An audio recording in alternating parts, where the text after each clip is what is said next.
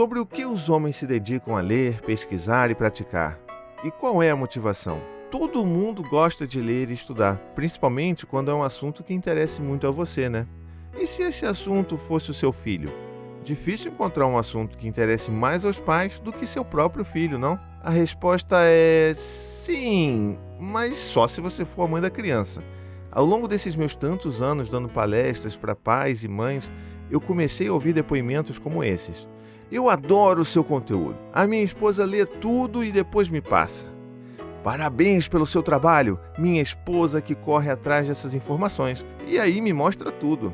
Se eu fosse contar nos dedos a quantidade de vezes que já ouvi coisas assim, bem, eu precisaria ter mais algumas dezenas de mãos para contar tudo. E sim, alguns pais tinham a coragem de dizer isso na minha cara após uma palestra sobre educar filhos sem violência. Eu sempre me perguntei por que isso acontecia. Afinal, eu mesmo sou um pai que estuda bastante sobre parentalidade e infância. Se esses assuntos são tão fascinantes para mim, por que não seriam para os outros caras? A resposta, infelizmente, é amarga. Porque a responsabilidade de cuidar dos filhos e, consequentemente, aprender mais sobre o assunto ainda é colocado sobre os ombros já sobrecarregados da mulher. Pode ser incômodo para você ouvir isso, querido homem.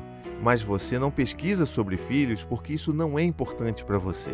E também porque já tem alguém fazendo isso, a mãe. Você não deixa sua esposa pesquisar sobre filhos porque você trabalha demais e não tem tempo. Afinal, você tem tempo suficiente para ler seus portais de notícias preferidos e pesquisar no YouTube por vídeos sobre seus hobbies preferidos. Se a sua home do YouTube não tem absolutamente nenhum vídeo sobre parentalidade e infância, você precisa mudar seus hábitos urgentemente. A responsabilidade por se informar sobre filhos também é do pai. Se você consegue ler livros sobre ficção, história ou economia, deveria ter um espacinho aí para ler livros sobre filhos, não? E quanto do seu dia você dedica a entender mais sobre o seu filho? Vamos combinar uma coisa? Comece a pesquisar sobre o seu filho e compartilhar as coisas interessantes que você descobriu com a sua companheira ou companheiro. Garanto que, além de saber mais sobre o seu filho, o seu relacionamento vai dar um salto quântico. Dizem, inclusive, que é um afrodisíaco extremamente poderoso.